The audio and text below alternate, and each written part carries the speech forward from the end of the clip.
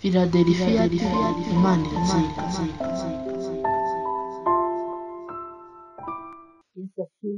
Yesu wacu nahabwa icyubahiro. Ndashimira Imana uyu munsi wa none kubw'uburinzi bwayo, kubw'urukundo rwayo dukunda. Data wa twese nahabwa icyubahiro. Imana yacu nishimwe. Nkuko bisanzwe rero ni Pastor Gatera Jose guturuka muri Pentecote de Réveil Philadelphia. Imana y'amahoro ishimwe cyane. Nkuzaniye ijambo rivuga ngo kubera amaso ubugingo, kubera amaso agakiza bakabera amaso, agakiza bakabera amaso. Iyo utabaye maso agakiza karangirika, karatakara, nako kajya gatakara, agakiza kajya gatakara. Rero ubwo ni ukubera amaso ubugingo, kubera amaso agakiza. Ni ijambo nkuzaniye mwuka w'Imana yampaye kugira ngo tuganire wowe nanjye, tubiganireho, tuvuge ngo mbese umuntu ajya aba maso, akabera amaso agakiza, akabera amaso ubugingo, hanyuma bikagira umusaruro, bikagira inyungu. Birashoboka ko wabera amaso agakiza, ukabera amaso umuhamagaro wawe wahamagawe, kuko buriya warahamagawe. Mushobora kuba muvukana muri abantu 10, muri abantu 5, muri 2, hanyuma ukabona niwe wakijijwe. Ni ukuvuga ngo ni umuhamagaro. Imana yaragutoranije avuga ngo ngwino nkurikira. Imana Data nihabwa icyubahiro ko yaguhamagaye. Rero umuntu ajya abera amaso agakiza, akabera amaso umuhamagaro, akabera amaso ubugingo. Ijambo nkuzaniye ngo kubera amaso agakiza, kubera amaso umuhamagaro, kubera amaso ubugingo. Imana ikeneye abantu bari maso.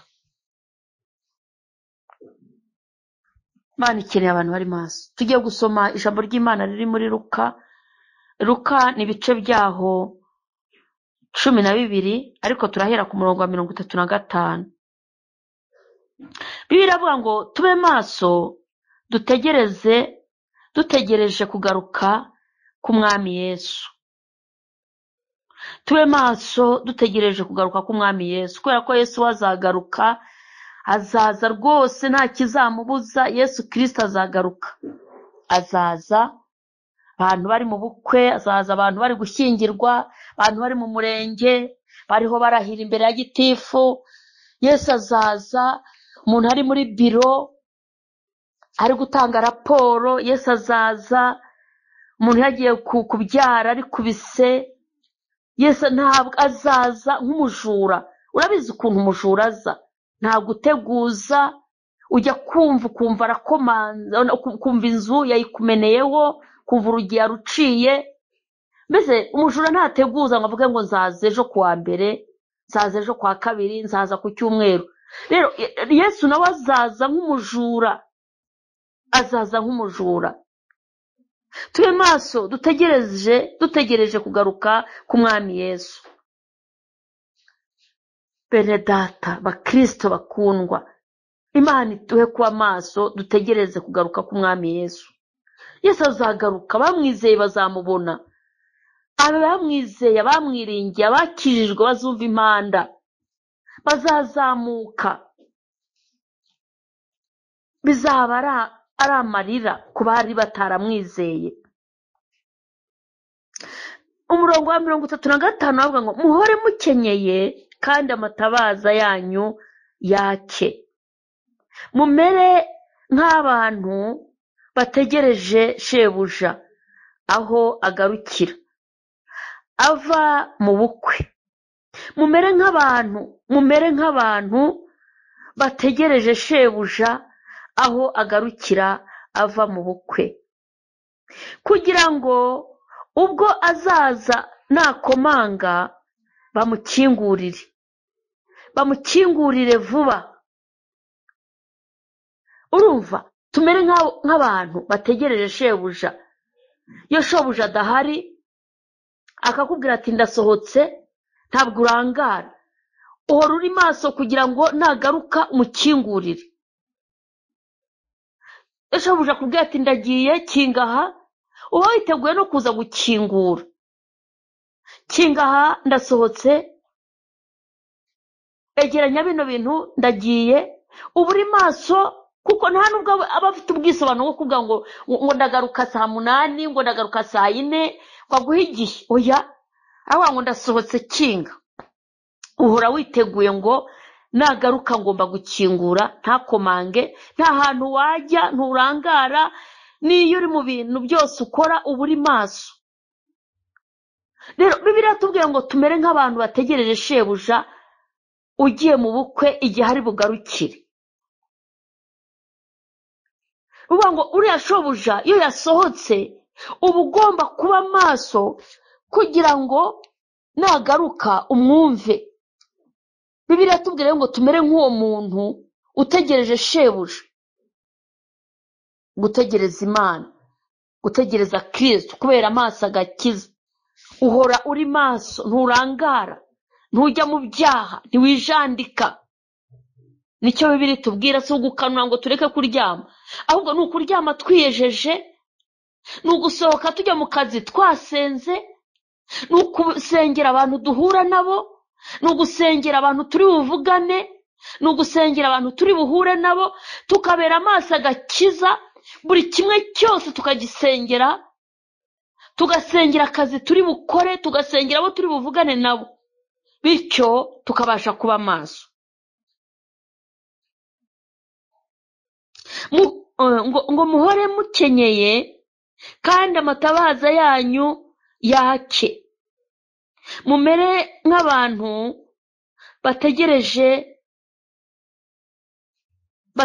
bategereza shebuja aho agarukira ava mu bukwe, kugira ngo ubwo azaza nakomanga bamukingurire vuba. Imana itugirire neza. Hari icyo dusabwa, hari uko tugomba kwitwara. Aba bantu niba bategereje shebuja kugira ngo nakomanga bamukingurire vuba, twebwe kubera iki tutabera amaso agakiza, tukabera maso umwami wacu, kugira ngo nagaruka asange twiteguye, turi maso, nta cyaha dufite, asange twiyejeje, ntasange uri gutukana, ntasange uri kubeshya, ntasange uri kuroga, ntasange uri mu busambanyi.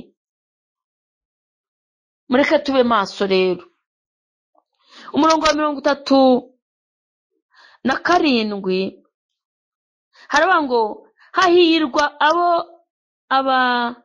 abagaragu shebuja azaza agasanga bari maso. Ndababwira ukuri yuko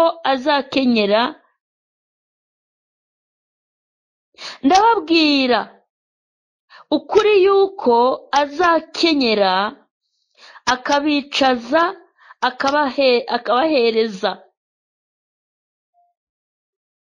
Naza mu gicuku cyangwa mu nkoko agasanga bameze batyo, bazaba bahirwa. Naza mu gicuku cyangwa mu nkoko agasanga bari maso, bazaba bahirwa.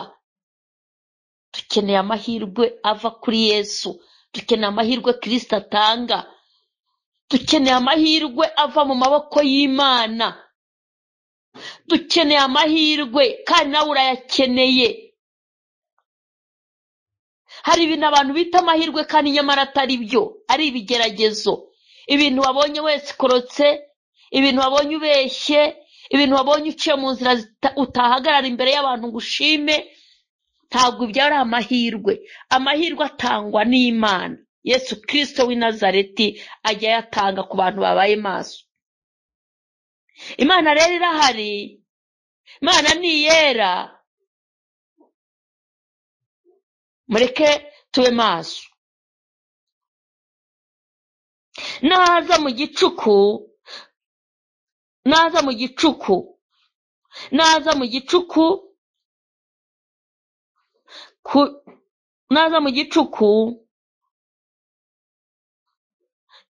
cyangwa mu nkoko agasanga bameze batyo, bazaba bahirwa, bazaba bahiriwe.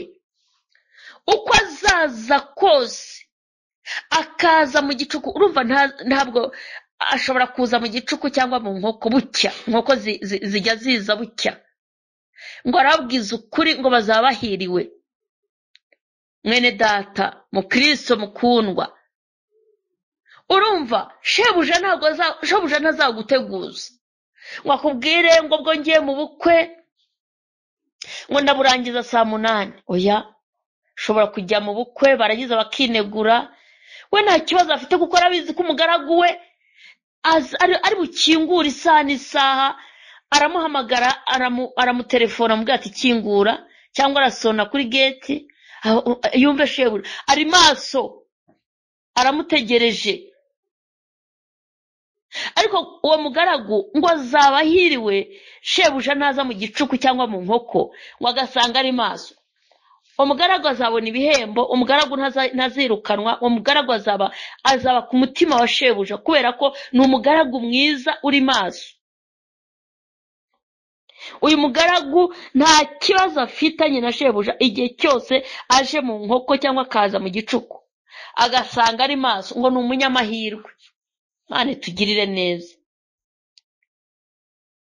Ngo uyu mugaragu ngo ni umunyamahirwe kubera ko isaha yose ari buzire shebuja arasanga yicaye amutegereje. Ijambo ry'Imana rikatubwira ngo natwe tumere nk'uwo mugaragu ngo utegereza shebuja ngo ahari buzire. Ntabwo azi isaha ye, ntazi umunota, ntazi umunsi. Ashobora no kurara akazaza ejo mu masaa 8, ashobora no kurara akazazinduka mu gitondo. Umva ni wowe ugomba kumutegereza. Imana ifashe ubyumve, Imana ifashe ubyumve kubera ko iri jambo ni ijambo Imana yampaye. Ni wowe ugomba gutegereza shobuja kuko urahiriwe numutegereza agasanga uri maso. Kandi mumenye ibi yuko nyirinzu yaba Bibiliya tubwira 39 ngo kandi mumenye ibi yuko nyirinzu iyaba yamenyaga igihe umujura azazira yabaye maso ntiyakunze ko inzu icukurwa. Yiba nyirinzu yamenyaga igihe umujura yazira yabaye maso, ntiyakunze ko inzu ye bayicukura ngo bace amaserire bace inzugi. Yaba maso agacungana n'umujura.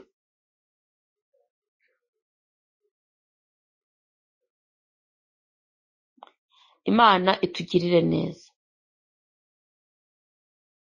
Imana idufashe, Imana idushyigikire, Imana iturwanirire.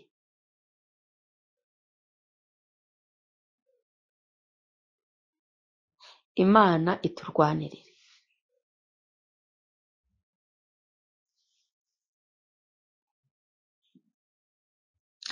Uyu muntu yaba yarazi ubwenge,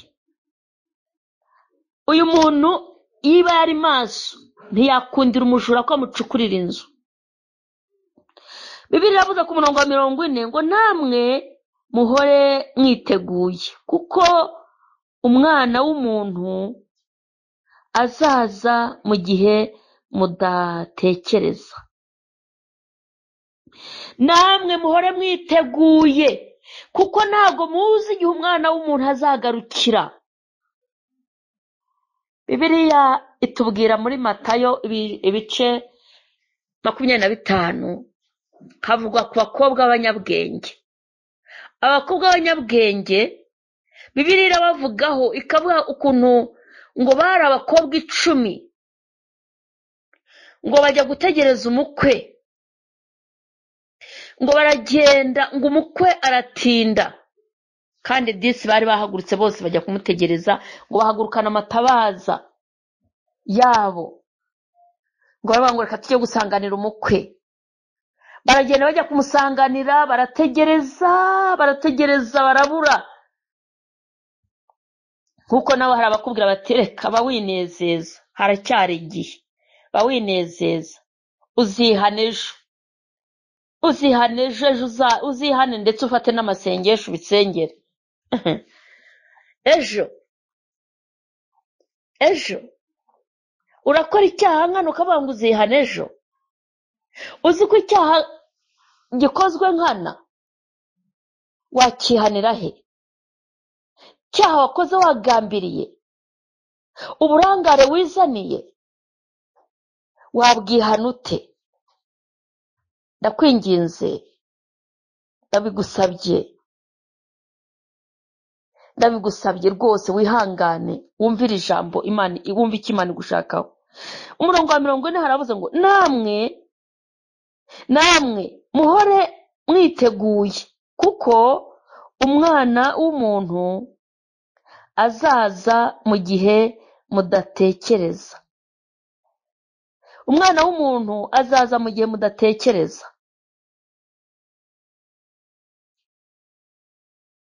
Biradusaba kwitegura, ntabwo tuzi igihe umwana w'umuntu azagarukira, ntituzi igihe Kristo azazira. Azaza mu gihe tudatekereza.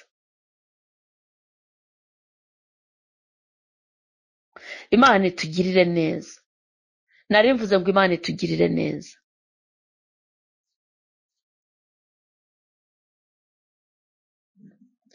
Azaza mu gihe tudatekereza.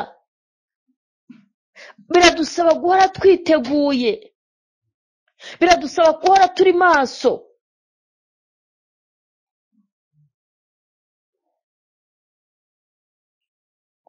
Biradusaba guhora turi maso. Bene data, bakristo bakundwa, nshuti z'umusaraba, Imana irahari, nta kizakwima, nta kitaguha. Reka tube maso gusa, tubere maso ubugingo, tubere maso agakiza, tubere maso umuhamagaro. Aya mahirwe wagira yo gukizwa wiyitesha, Imana irihagije. Wikwitesha aya mahirwe, wikwitesha akagakiza. Gakiza kararinda, harimo umugisha, harimo ubugingo, kandi tugakubirwa n'inshuro 100 tukiri kuri iyi si. Hari ibyo twemerewe, ariko nyuma tukazahabwa ubugingo buhoraho. Bibiliya niko itubwiye, iravuga ngo namwe muhore mwiteguye. Mureke twitegure bane data. Kuba udafite akazi ntibitume ujya kure y'Imana. Kuba hari ikibazo urimo ntikigutandukanye n'urukundo rw'Imana. Isi izarangirana no kwifuza. Hari abakubanjirije, ubona bari hehe? Hari abo muvukana, hari abo mwatangiranye agakiza.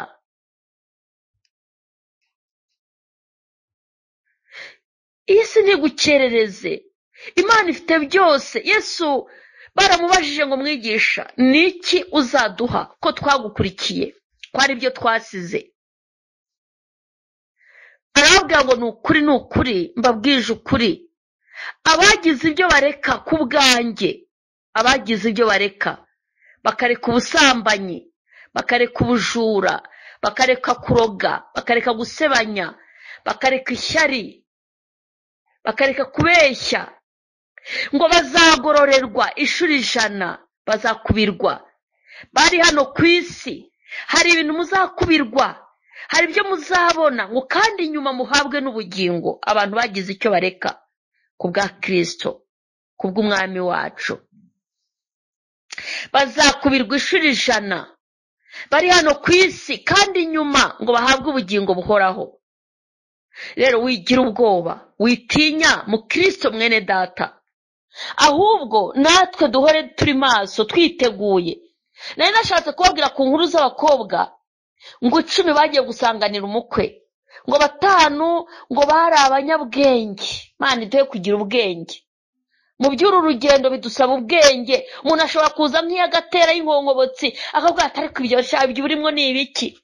Use runaka Shitani akakwereka runaka, nubona ko abivanga kandi urabona atameze neza, ntaherutse kugura imodoka, ntiyujuje inzu, ntiyajyaga se bigenza atya mu kazi. Oya, mureke twe tube maso. ibya runaka ni ibya runaka, wowe ufite uko wahamagawe, rinda agakiza Imana yaguhaye. Abakobwa 5 ngo bari abanyabwenge, ngo umukora atinda, abakobwa barahunikira bararyama, ngo ariko 5 b'abanyabwenge ngo bari bibitseho amavuta mu matabaza yabo. Baryama barebye bakareba basanga amavuta arimwo. Baryama bisuzumye basanga nta kibazo bafite, baravuga ati ko dufite amavuta reka twiryamire tumutegereze. Ariko ngo harimo n'abandi 5 b'ibigoryi ngo batigeze bihangana ngo bategereze. 5 rero b'abapfu baryamye baryamana n'abanyabwenge, ngo mu gicuku hagati ngo bumva urusaku, ngo yego nimubyuke, ngo bambaye ibyera baraje, ngo dore umukwaraje, ngo dore umukwaraje, ngo dore umukwaraje. Ngo bavuza akaruru ngo umukwaraje. Murabizi namwe ukuntu abantu bajya bahururayo babonye ubukwe. Ngo abakobwa abanyabwenge ngo bahita bacana amatabaza yabo, kubera ko harimo amavuta amatabaza araka. Noneho abandi b'abapfungo bakabakabye ngo basanga ntacyo bibitseho. Baravuga ati we bati twebwe se ko nta mavuta dufite, bati nimuduhe, baterekereka ntiyadukwira.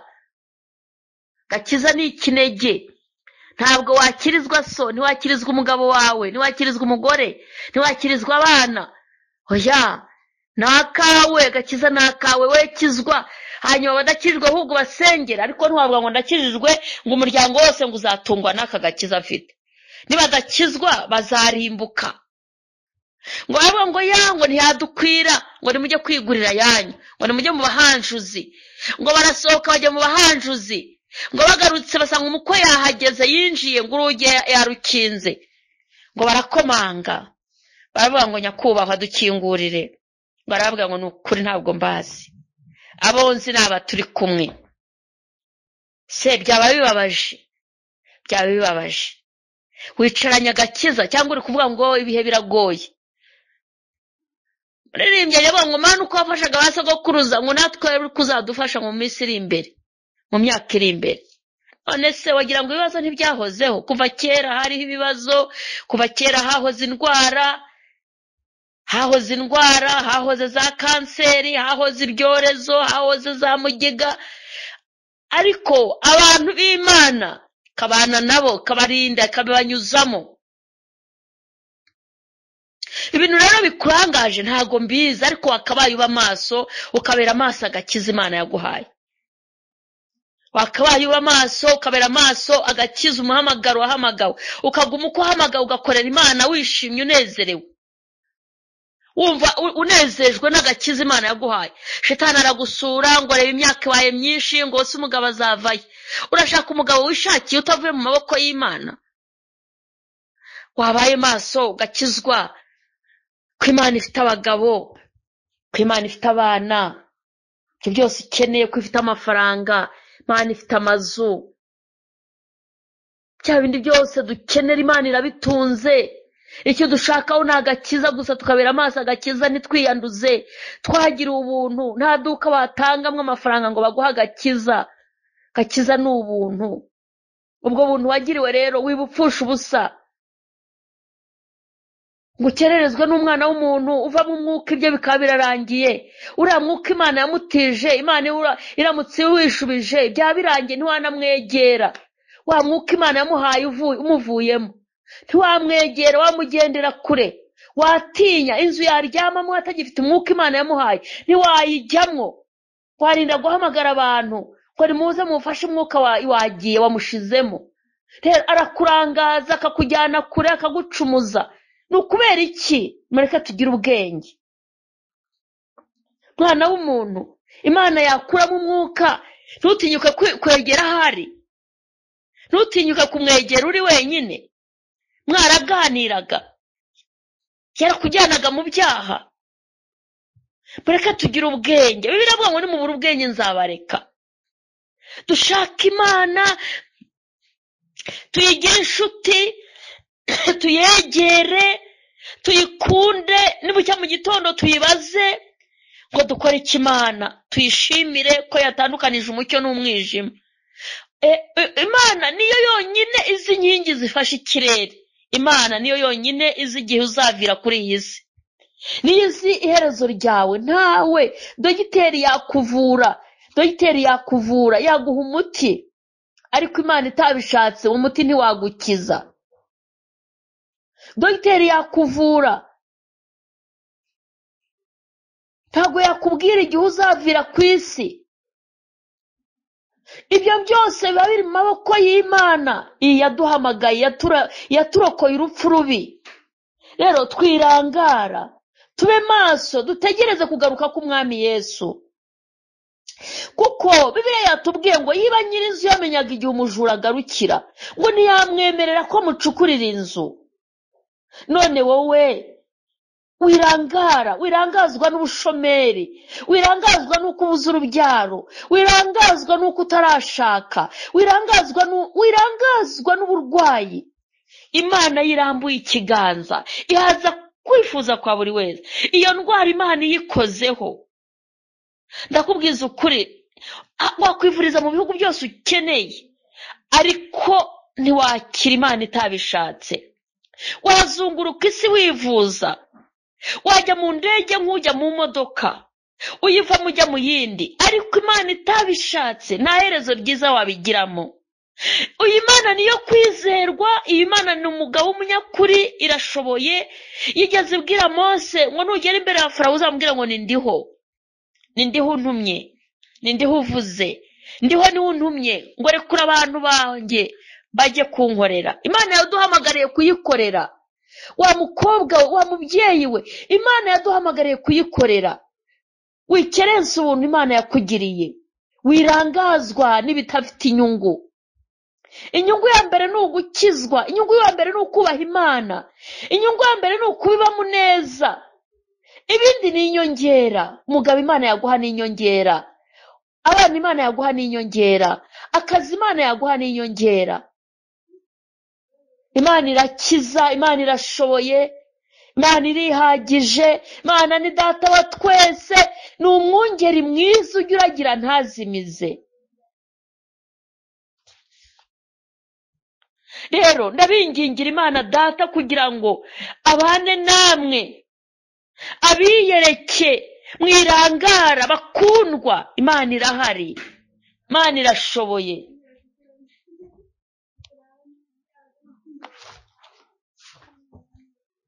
Imana irashoboye, Imana irafasha. ndagira ngo rero twizere Imana, tuyihange amaso, tuyinginge, turekure ibyaha, tubirekure, tubizinukwe. ibyaha birica. Bibiliya ivuga ngo abanga Imana ntibayisenge ngo bazapfa, ngo kandi nibamara gupfa nta muntu uzavuga ngo ni intwari. oya, bazibagirana, bazarimbuka. dufite abantu b'intwari batubanjirije bubaka Imana bakagira imirimo myiza. abo ngabo turacyabavuga, ba Doruka, ba Petero. hari abantu batubanjirije bari bazi kuvuga Imana neza. bene data bakristo, ndabingingira Imana data, nimureke dukizwe, nimureke tubane n'Imana, mureke tuyikorere. Imana ikiza urupfu, Imana ikiza indwara zikomeye, Imana ikiza ubugome bw'abadayimoni. bararoga ikarogora, bavuma ikavumura. Imana irihagije. rero ndashaka gusengera umuntu wumva utakiri maso, warangaye. ndashaka gusengera umuntu wabivuyemo. ndashaka gusengera umuntu warekuye umusaraba. ndashaka gusengera umuntu wumva agacitse intege. ndashaka gusengera umuntu wumva wabivuyemo. uyu munsi ndagira ngo bari we nsengera. Imana data imugarukeho, Imana data imwiyereke. tubere maso ubugingo, tubere maso umuhamagaro. Imana yaraguhamagaye, iguha inshingano zo kuyikorera. Imana yatumyeho umwami wa Egiputa, iramubwira ngo nimugende mubwire Farawo ngo narekure ubwoko bwanjye bujye kunkorera. nta kindi Imana yaduhamagariye ni ukuyikorera. nta kindi Imana yaduhamagariye ni ukuyikorera. bene data, mureke dukorere Imana, dukore uko dushoboye. icyo umuntu ashoboye aba ari cyo akora. ntabwo Imana izakubaza ibyo udashoboye. niba ushoboye kuvuga uvuge, niba ushoboye gutanga utange, niba ushoboye ariko ntukerense ubuntu Imana yaguhaye. niba ushoboye guhugura uhugure, ikintu ushoboye Imana izakikugororera. Imana yacu bwite, Imana yacu bwite, mu izina rya Yesu Kristo w'Umunazareti dusengeye abantu bawe. Hari abantu batakiri maso, hari abantu bamaze gucogora, bacogojwe n'ubukene, bacogojwe n'imyaka bagezemo, bacogojwe n'urubyaro, kuba ari ku musozi wo kutabyara, bacogojwe n'ibintu byinshi muri iyi si, kubera ko isi yuzuyemo umuruho n'amahane. Icyo dukeneye cyose duhita tukibona. Ndabasengeye, ikiganza cyawe kibabeho, ubagirire neza, ubiyereke, ubahe kuba maso, kandi Kristo abarwaye bakire, abasubiye inyuma babona imbaraga, bongere bafate umusaraba bawukomeze. Urinde abantu ibyaha, urinde abantu kwijandika, urinde abantu gusubira inyuma. Jere dotaya sikanabo, imbaraga zisumba byose ziboneke kuri buri wese, buri muntu wese akubone, buri muntu wese agubwe neza. Mana, waratubwiye ngo tukiri kuri iyi si uzadukubira inshuro 100, ngo ariko nyuma uduhe n'ubugingo buhoraho. Kiza abantu bibazikamira, kiza abantu bibagoye, kiza abantu bibabujije amahoro, kiza abantu bibabujije amahoro. Imbaraga z'ijuru zimanuke zikore kuri buri wese, ijuru ryanzure kuri buri muntu. Urakoze Mana, uri umutunzi w'imbabazi. Indwara z'ibyorezo ukureho impfu z'amarabira, impfu z'amarabira, abadayimoni basahura, indwara z'amayobera tuzikubitishije inkota y'Uwiteka. Urakoze Mana, utanga ubugingo kandi bwinshi, mu izina rya Yesu, amen. Imana ibaho umugisha. Ni Pastor Gatera Jose guturuka muri Pentecote Philadelphia. Data wa twese abishimire, amen. Philadelphia, Imana iratsinda.